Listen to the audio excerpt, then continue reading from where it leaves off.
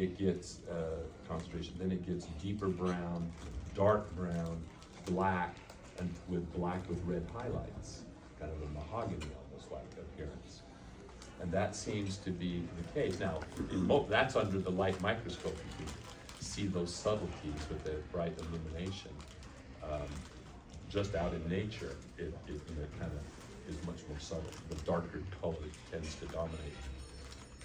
But anyway, Mr. Yuan tracked this individual, went back to first he tracked it, because he had to go up around the head of the canyon and down the other side, but he was able to track it, and where it apparently had stopped to get a drink at a spring, because the footprints were such that there was real differential impression of the forefoot, like, side by side, but as if it had rocked up, onto the fore part of the foot with the heels elevated.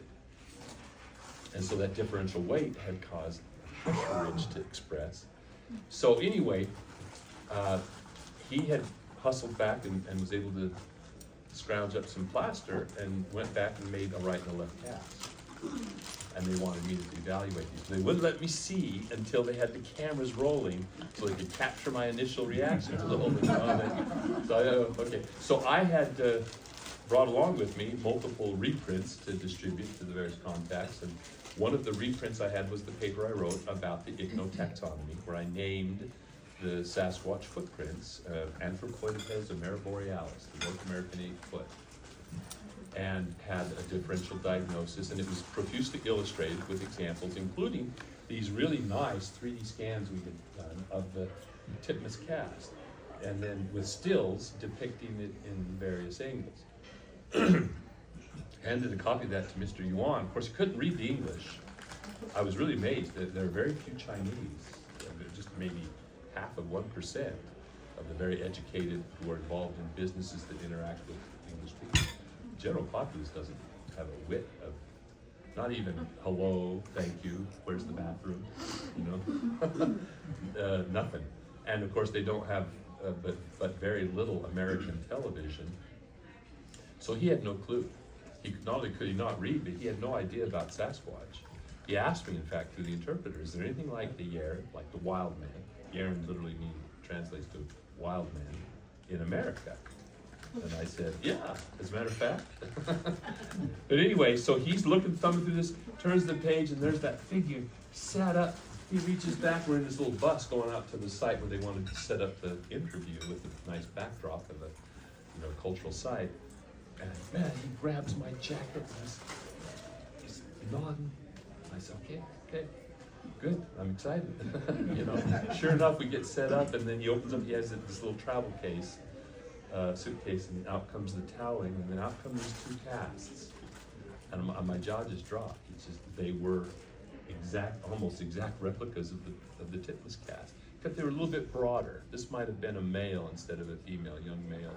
But they were only maybe a half-inch longer. Pressure ridge in exactly the same position and orientation, which is important because the calcaneocuboid joint is set forward just a little bit to the talonavicular. So the axis of flexion, of break, is slightly canted upward and outward on the foot, and the pressure ridge has that orientation as well. And there have been times when people have tried to imitate, having learned a little bit, and so I've had cases where people have added to whether it was originally a legitimate footprint or not. It's not clear in the muddle, but they've tried to add a pressure ridge, but they did it the opposite direction with the wrong orientation, and the position was too far forward, and I'm thinking of one in particular where it eventually became obvious that he had been salting the mine. But this was just amazing. I mean, for me, that was a slam dunk. This was proof to me that not only were these legitimate casts and reaffirmed the examples in my interpretation of the Sasquatch tracks, but confirmed that this was a contiguous population.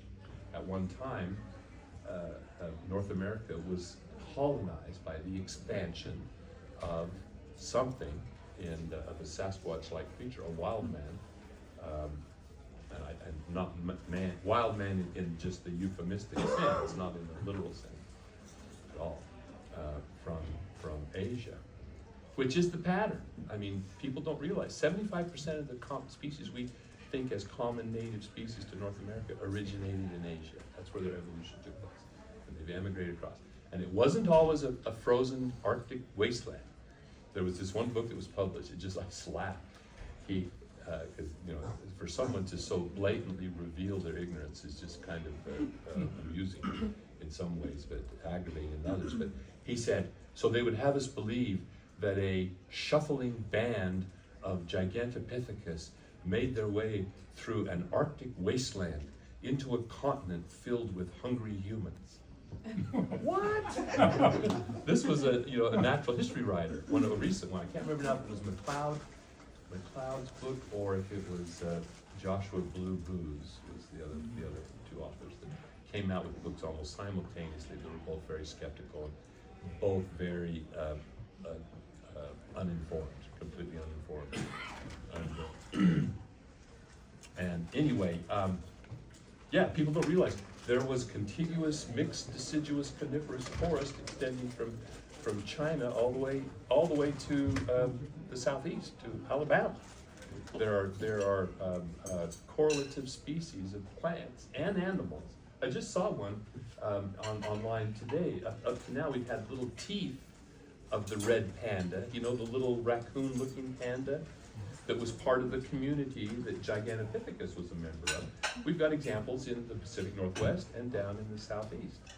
And now they just recently found a sinkhole opened up and exposed sediments way deep down that are from the Pleistocene.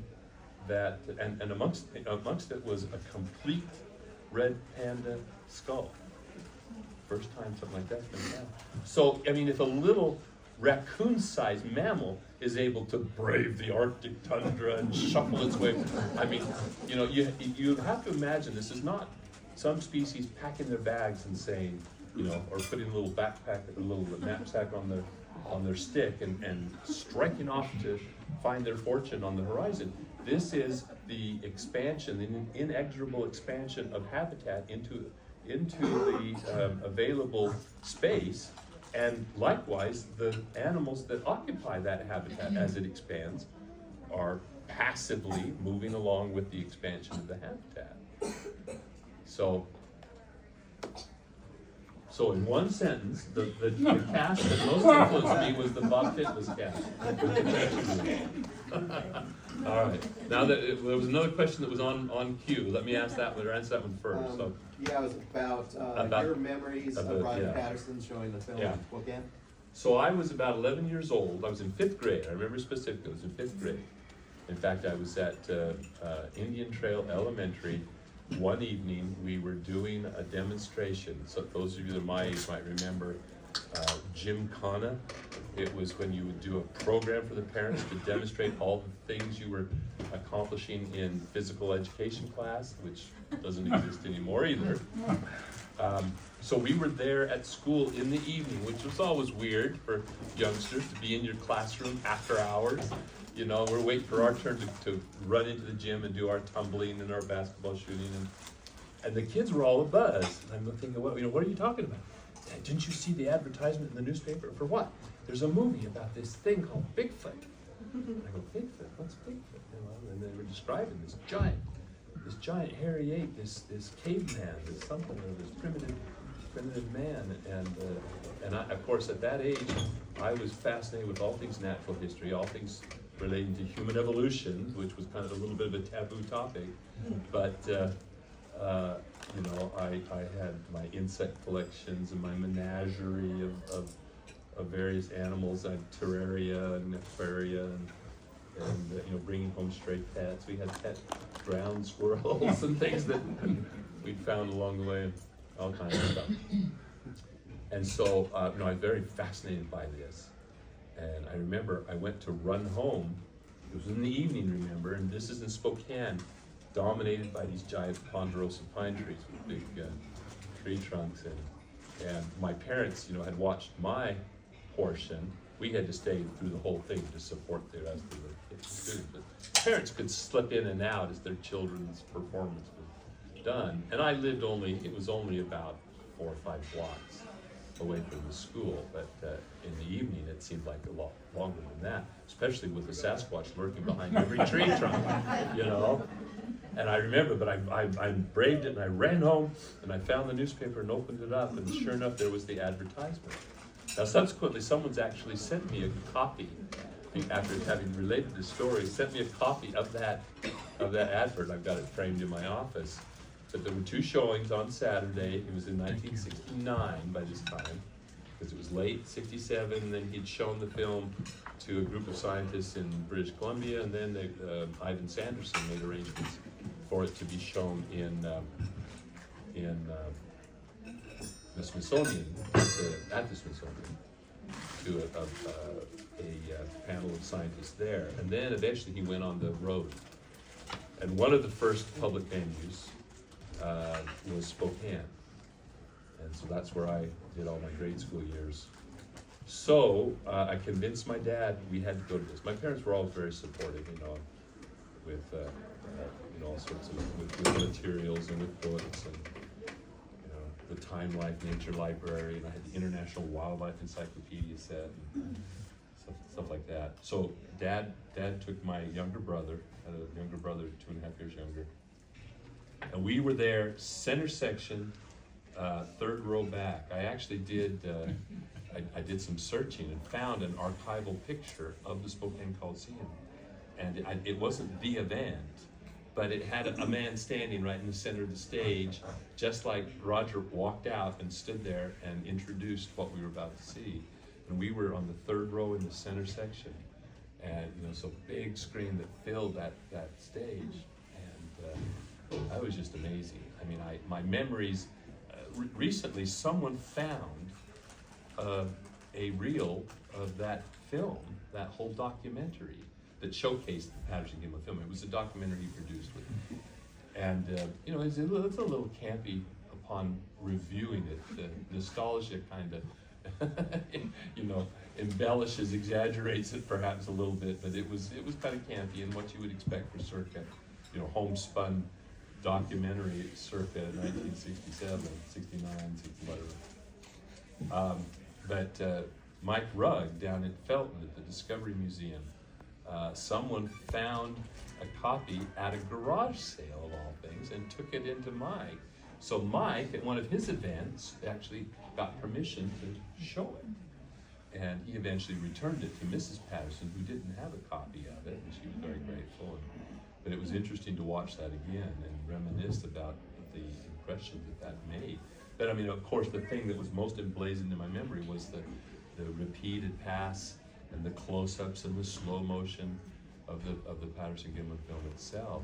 So upon leaving, the attendees were afforded a application for membership in the Northwest Research Association, and also a sample newsletter. Roger was trying to publish a newsletter. Well, I got that, of course, and of course I had to join that. It's funny, in all the retelling, anyone in here a member of the Northwest Research Association? I've only seen one other person online who posted their membership certificate. I didn't actually get a certificate, but I got some other things. But in all of my asking, one of those other things was a replica of the 1963 cast that Roger made at Bluff Creek, which I think is the male in that region at that time. It's the same individual whose footprint Jerry Crew cast in 1958. So 58 to 63, Bob Titmus again had cast that same individual a couple, 2 or 3 times near Iron Pond. So it was in that region as an adult for a good 15, 20 years, which is interesting, and kind of gives us one data point, one clue as to the possible social structure of these things. But one of the perks membership brought was you could buy at a discounted price a replica. It was a really nice stained acrylic replica of that footprint, which I have. And I've not encountered anyone else that has a copy of that. It's very similar. I mean, it's the cast which is depicted in Roger's book, but it's clearly a copy that's been made probably in a sand pit or something. The surface has a slightly different texture, but the shape and proportion has really good fidelity to the original.